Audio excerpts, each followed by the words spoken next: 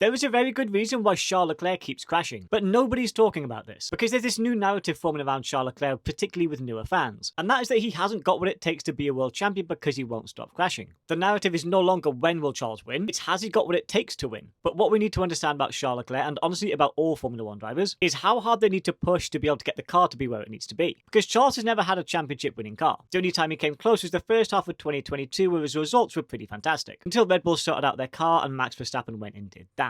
And don't forget that season, Charles Leclerc even beat Sergio Perez and finished P2 in the standings. But what's really important here is when you have a car that is capable of winning every single race, like what Max Verstappen had in, say, 2023, you don't have to push at 100%. You can pull back, drive at 98, 95%. The same with Lewis Hamilton in the Mercedes dominance years. Lewis never had to outdrive that Mercedes car because it had the capability of doing exactly what he needed to win. We saw it almost every single race. Lewis Hamilton would pull like a 20-second advantage, and then he would just be metronomic every single lap, just managing his pace. Charles Leclerc hasn't got the luxury of doing that in the Ferrari. He has to drive 100% all the time. And when you're doing that, mistakes are gonna happen. And let's not pretend that Charles Leclerc isn't the best qualifier in Formula 1, because the results speak for themselves. Charles is incredibly fast, probably the fastest driver on the grid right now. But if he's got to drive 57 qualifying laps in a row in a Grand Prix, he's gonna end up in the wall sometimes. But I 1000% still think he has what it takes to be a world champion, and I definitely hope he's going to. And if you'd like to be the fastest driver in Formula 1, don't forget to drop a follower on the road to 50,000.